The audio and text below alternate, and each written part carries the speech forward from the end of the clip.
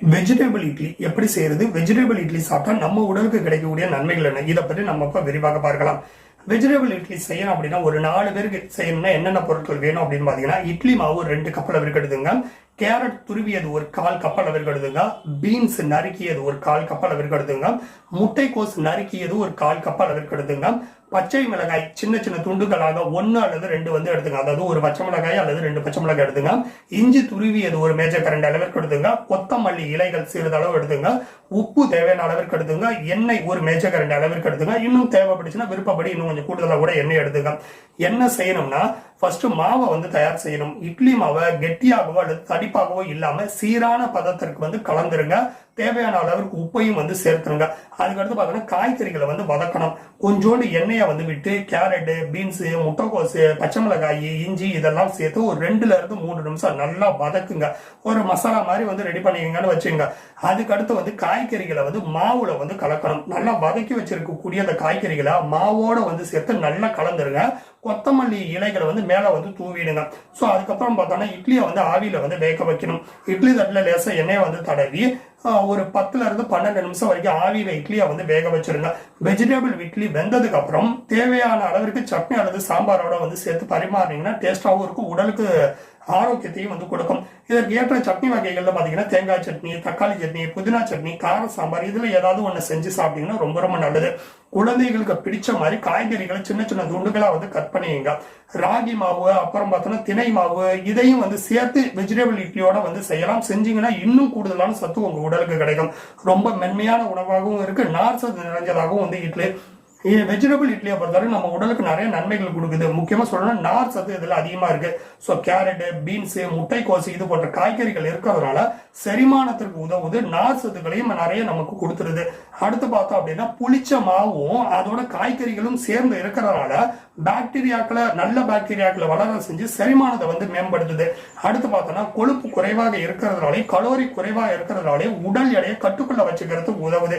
பசியை வந்து கண்ட்ரோல்ல வச்சுக்கும். நார் சத்து அதிகம் இருக்கிற உணவு அப்படிங்கிறதுனால வயிறு நிறைந்த உணவு வந்து கொடுக்கும். அதனால அதிகமா சாப்பிட மாட்டேங்க, கம்மியா சாப்பிடுவீங்க, உடல் எடை வந்து குறையும். ஸோ அடுத்து பார்த்தோம்னா நோய் எதிர்ப்பு சக்தியை வந்து மேம்படுத்தும். காய்கறிகள்ல இருக்கக்கூடிய வைட்டமின்கள், ஆன்டி ஆக்சிடென்ட்கள் இதெல்லாம் நோய் எதிர்ப்பு சக்தியை அதிகரிக்க உதவி செய்யுது. குழந்தைகளுக்கு ஏற்ற உணவுன்னு இதை சொல்லலாம். மென்மையாகவும் சுவையாகவும் இருக்கிறதுனால குழந்தைகள் இதை விரும்பி சாப்பிடுவாங்க. மலச்சிக்கலை தடுக்கும். நார் சத்து வயிற்றுல குடல் இயக்கத்தை தூண்டி மலச்சிக்கலை வந்து போக்கிடுது. இருதயத்துக்கு நல்லதுன்னு சொல்லலாம். எண்ணெய் குறைவாக இருக்கிறதுனால கொலஸ்ட்ராலை இது கட்டுப்படுத்திடுங்க. ஹீமோகுளோபினை இது அதிகரிக்கும். அதாவது கேரட், பீன்ஸ், முட்டைக்கோசு இதுல எல்லாம் இரும்பு சத்து அதிகமா இருக்கிறதுனால நம்மளோட உடல்ல வந்து ரத்தத்துல வந்து ஹீமோகுளோபின் வந்து அதிகரிக்கும். தோல் பிரச்சனைகளை வந்து குறைக்கும். ஆன்டி ஆக்சிடென்ட்கள் உணவாக வந்து இருக்கிறதுனால தோலை வந்து அழுத்தமாகவும் பிரகாசமாகவும் வச்சுக்கோங்க. மூளைக்கு தேவையான சக்தியை வந்து கொடுக்கும். பி வகை வைட்டமின்கள், இரும்பு சத்துக்கள் இது எல்லாம் நம்மளுடைய நரம்புகளுக்கும் மூளைக்கும் தேவையான அளவுக்கு சக்தியை வந்து கொடுக்குது. அடுத்து பார்த்தோம் அப்படின்னா இயற்கையான காய்கறிகள் இதெல்லாம் கலக்கிறதுனால இதை வந்து ஒரு பசுமையான உணவுன்னு கூட சொல்லலாம். இது வந்து நம்மளுடைய தூக்கத்தை வந்து மேம்படுத்துது. மென்மையான உணவாக இருக்கிறதுனால மன அமைதியை கொடுக்குது. இரவுல நல்ல ஆழ்ந்த தூக்கத்தையும் நமக்கு கொடுக்குது. உடலுக்கு தேவையான ஆற்றலை கொடுக்கக்கூடிய உணவாக இது இருக்குது. கார்போஹைட்ரேட்டுகள், சத்துக்கள் எல்லாம் நாள் முழுக்க உடலை ஆற்றலோட சுறுசுறுப்பா வச்சுக்கிறதுக்கு உதவுது. புற்றுநோய்க்கு எதிர்ப்பாக இது இருந்துகிட்டு இருக்கு. முட்டைக்கோசு, தக்காளி இது போன்ற காய்கறிகள்ல ஆன்டி ஆக்சிடென்ட்கள் இருக்கிறதுனால அது புற்றுநோயை ஆரம்ப கட்டத்தில் தடுக்கக்கூடிய தன்மை கொண்டதாக இருக்கு. பசுமை விவசாயத்தை ஊக்குவிக்கக்கூடிய உணவுன்னு கூட இதை சொல்லலாம். பசுமையான காய்கறிகளை உபயோகப்படுத்துறதுனால இயற்கையை வந்து பாதுகாக்கக்கூடிய உணவுன்னு கூட இது சொல்லலாம். வயதானவங்களுக்கு, முதியவங்களுக்கு ஏற்ற உணவாக இது இருந்துகிட்டு இருக்கு.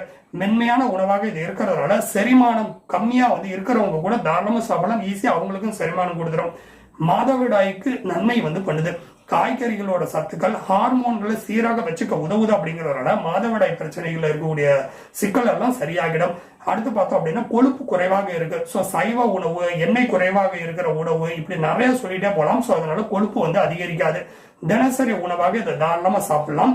இட்லி மாவும் அதோட காய்கறிகளும் சேர்ற கலவை அப்படிங்கிறதுனால தினசரி வந்து இந்த உணவை சாப்பிட்டீங்கன்னா ரொம்ப நல்லது. சாம்பார் சட்னியோட சேர்த்து பரிமாறுறப்போ அற்புதமான ஒரு முழு உணவாக இது வந்து அமையும். வெஜிடபிள் இட்லியை பொறுத்த வரைக்கும் குழந்தைகளுக்கு பிடிச்சபடி சின்ன சின்ன துண்டுகளா காய்கறியை நறுக்கி போட்டு பண்ணுங்க, அவங்க சாப்பிடுவாங்க. உப்பு, எண்ணெய் இதெல்லாம் வந்து அளவோட வந்து யூஸ் பண்ணுங்க. அதிகமா வந்து எண்ணெய் யூஸ் பண்ணாதீங்க, அதிகமா வந்து உப்பை யூஸ் பண்ணாதீங்க. எல்லா வயதினருக்கும் ஏற்ற அற்புதமான உணவுன்னு சொல்லி இந்த வெஜிடபிள் இட்லியை சொல்லலாம். ஸோ வாரத்தில் 2-3 நாள் வெஜிடபிள் இட்லியை செஞ்சு சாப்பிடுங்க.